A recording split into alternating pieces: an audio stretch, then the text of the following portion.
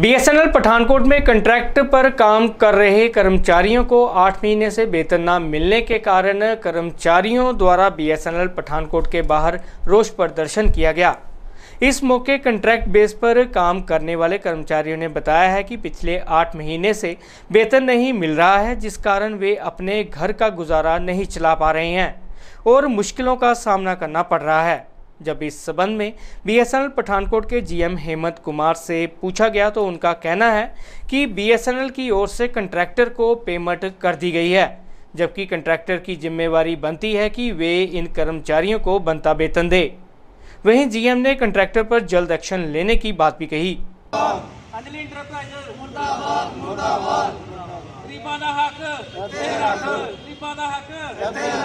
Construction company Ghaziabad के through BSNL विच employees casual labour सीगे ते सानू पिछले 8 महीनों तो कोई पेमेंट कोई कुछ नहीं मिल रही। जो असी डिपार्टमेंट नाल गल करते हैं तो डिपार्टमेंट कहता है कि ठेकेदार ने पेमेंट देनी हैगी है, तो ठेकेदार कहता है कि मैं इनसेंटिव ते काम कर रहा, तो मैं जो मैनू बीएसएनएल पेमेंट करेगा तो मैं अपनी इनसेंटिव रख के ते बाकी दी पेमेंट लेबर नूं देंगा।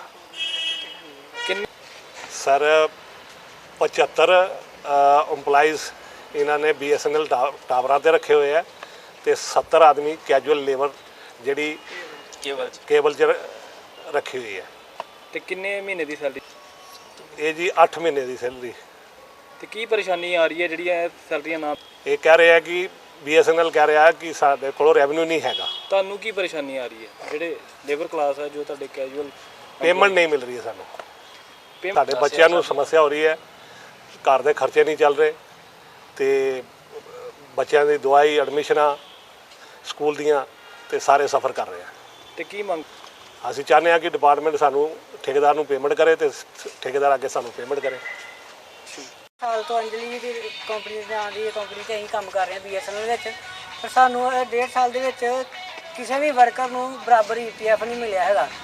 किसी का ईपीएफ 400 आ रहा महीने का, किसी को 1000 आ रहा, किसी को 1500 आ रहा, किसी को 2300 आ रहा। बाकी 8 महीने की किसी को सैलरी नहीं मिली। साढ़े घर के हालात बहुत मारे है। जो इतने आने तो बीएसएनएल ऑफिस वो स्टाफ कहता है भी तुहाडे इत्थे तक बिल नहीं पहुँचे, वो कि असीं बिल पजाने जी इत्थे। जे असीं ठेकेदार नूं गल करने वो कहता बीएसएनएल नाल गल करो, बीएसएनएल नाल गल करने वो कहता भी तुसीं ठेकेदार दे अंडर तुसीं उन्हां नाल गल करो। असीं काम कीता है सर, कोलों पेट्रोल खर्च के अपने लोगों के घर टैलीफोन बीएसएनएल दी सर्विसां दित्तियां। इहदे विच असीं काफ़ी ज़्यादा मेहनत करके मतलब काम किया होया। उहदा सानू 7-8 महीने कोई सैलरी नहीं मिलती, कोई इन्हां ने सानू ईएसआई कार्ड नहीं दिते हैगे। साडे घर के हालात इन्ने ज़्यादा बिगड़ गए भी साडा कोई भी जिहड़ा कर्मचारी है जिन्हें 20-25 हज़ार रुपया अपने दुकानों का, डेयरी वालियां का, कोई स्कूलों की एडमिशनां या फीस जिहड़ा लोगों ने नहीं देने हैगे। इहदे विच सानू ते ये नहीं समझ लग रही भी असीं हुण अपना घर किवें चलाइए। असीं इस दोवां नूं जिम्मेवार बनने क्योंकि बिल असीं नहीं पास करने हैगे। लेबर एक्ट के थ्रू इन्होंने 7 तरीक तक बोर्ड भी लाया होया लेके भी 7 तरीक को हर कर्मचारी को पेमेंट मिल रही है। ये साडियां पासबुक चैक कर सकते हैं। ये वेखो सानू किसी को पेमेंट नहीं हुई हैगी। की मंग करदे? कहने हैं भी सानू करैक्ट टाइम नाल पेमेंट मिले ताकि साडे घर बाहर चलते रहन। बीएसएनएल ने भी कुछ डिले है, लेकिन जिस कंट्रैक्टर को पेमेंट हो गई है उन कंट्रैक्टर से उनको पेमेंट करनी चाहिए। ये जो कैजुअल लेबर्स हैं ये कंट्रैक्टर के थ्रू एम्प्लॉयड है, कंट्रैक्टर को जिम्मेदारी है उसकी पेमेंट करने की। जब कंट्रैक्टर को पेमेंट मिल गई है तो वो आगे क्यों नहीं पेमेंट कर रहा है, ये उनसे भी जाके पूछना चाहिए। और डिपार्टमेंट तो अपनी तरफ से एक्शन ले ही रहा है, कंट्रैक्टर के खिलाफ एक्शन लेगा कि क्यों नहीं पेमेंट कर रहा है।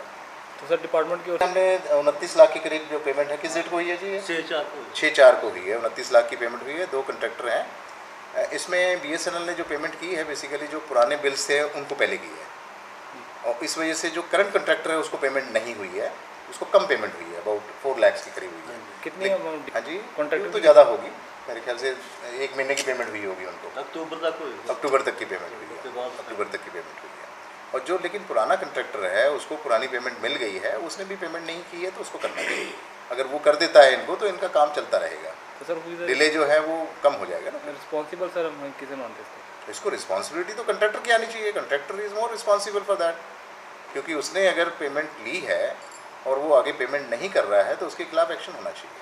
तो डिपार्टमेंट नहीं है बिल्कुल एक्शन लेंगे, क्योंकि जो पहले ये जो कंट्रैक्टर है इसको इसीलिए चेंज भी कर दिया गया था। एक कंट्रैक्टर को चेंज कर दिया गया था, इसको जो ईओआई का टेंडर है, जो कंट्रैक्टर ये टेंडर नहीं दिया गया था। कौन कौन अभी अपने पास कौन सा है ये? एक ही है, अंजलि है। अब तो एक ही है, पहले तो कोई कंप्लेन भी नहीं आई ना सर। और इसको पेमेंट ज़रूर करनी चाहिए।